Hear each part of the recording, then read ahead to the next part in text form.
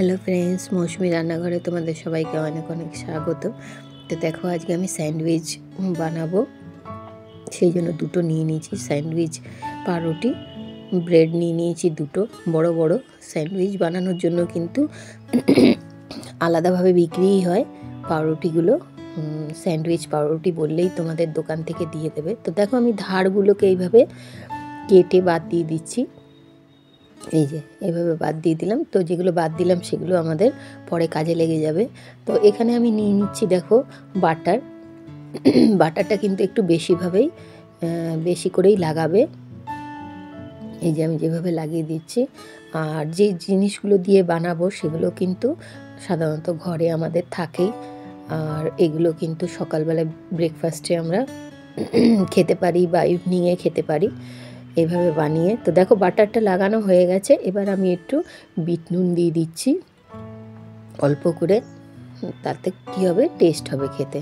তো দেখো, এখানে আমি পেঁয়াজ নিয়ে নিয়েছি একদম পাতলা পাতলা করে কেটে। পেঁয়াজটা তোমরা একদম পাতলা পাতলা করে কিন্তু কাটবে, বেশি মোটা মোটা কেটো না, তাহলে কিন্তু খেতে ভালো লাগবে না। তো আমি এইভাবে সাজিয়ে দিলাম আর দিয়ে দিলাম এক চুটকি মতন সাদা নুন। আবার দেখো, আমি দিয়ে দিচ্ছি টমেটোগুলোকেও আমি একদম পাতলা পাতলা স্লাইস করে কেটে নিয়েছি। তো এটা আরেক ধরনের হয়, একদম কুচি কুচি করে সবগুলো দিয়ে। দেখো, এখানে রয়েছে ডিম, তারপরে তোমার শসা, পেঁয়াজ স্লাইস করে, সিদ্ধ আলু। তো এইগুলো তোমরা একদম টুকরো টুকরো করে কেটেও একসাথে মাখিয়েও দিতে পারো। আর আমি একটু এভাবে সাজিয়ে করছি, যেভাবেই করো না কেন খুব সুন্দর লাগবে। তো দেখো, এবার আমি আরেকবার সাদা নুন একটু দিয়ে দিলাম। তো ফ্রেন্ডস, একটু ঠান্ডা লেগেছে, গলাটা খুসখুস করছে বলে, তো তার জন্য সরি। তো দেখো, এবার আমি আলু স্লাইসগুলো দিয়ে দিলাম। এই যে ফাঁকা জায়গাটাও একটু দিয়ে দিলাম। তো এইভাবে সাজিয়ে নিলে কিন্তু খুব সুন্দর লাগে খেতে। তো আলুগুলো আমার দেয়া হয়ে গেল।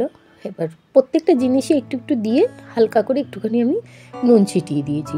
আর এখন দেখো, গোলমরিচের গুঁড়ো আমি হাতে কুটে নিয়েছি, এই হামল দিস্তায় দিয়ে আমি এটা দিয়েছি। এটাতে কী হয়, খুব সুন্দর লাগে কিন্তু খেতে। তো দেখো, আমার এইটুকুই মেয়োনিজ ছিল, তো মেয়োনিজটা আমি দিয়ে দিলাম। তোমরা যদি আরও বেশি করে খেতে চাও তাহলে আরেকটু বেশি করেও দিতে পারো।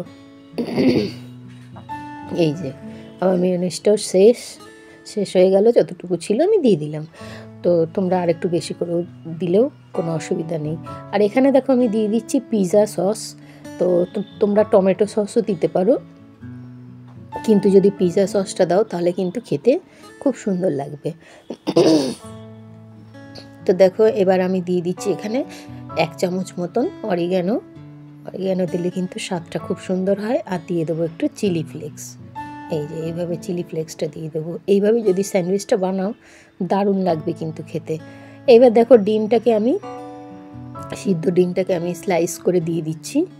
এই যে পাউরুটিটা কিন্তু খুবই বড় বন্ধুরা, তোমরা হয়তো ভিডিওতে অতটা বুঝতে পারছো না, অনেকটা বড় কিন্তু। তো দেখো, ডিম আমি দিয়ে দিয়েছি খুব ভালো করে। আর এটা কিন্তু খুব হেলদি একটা ব্রেকফাস্ট।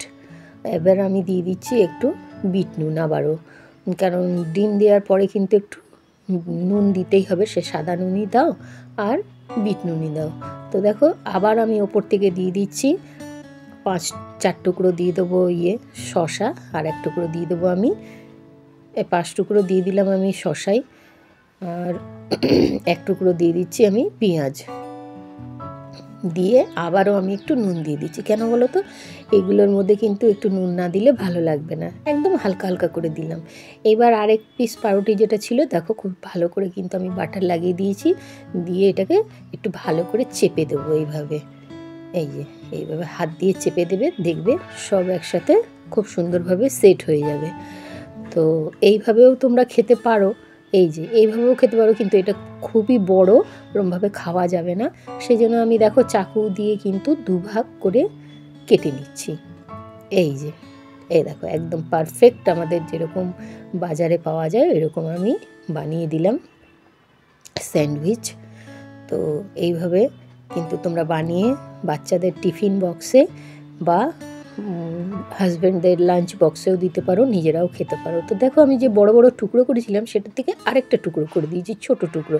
এরকম ছোট টুকরো করে কিন্তু বাচ্চাদেরকে তোমরা টিফিন বক্সেও দিতে পারো। আর সবগুলোই কিন্তু খাওয়া খুবই ভালো। তো বাড়িতে বানিয়ে ফেলো এইভাবে স্যান্ডউইচ রেসিপি।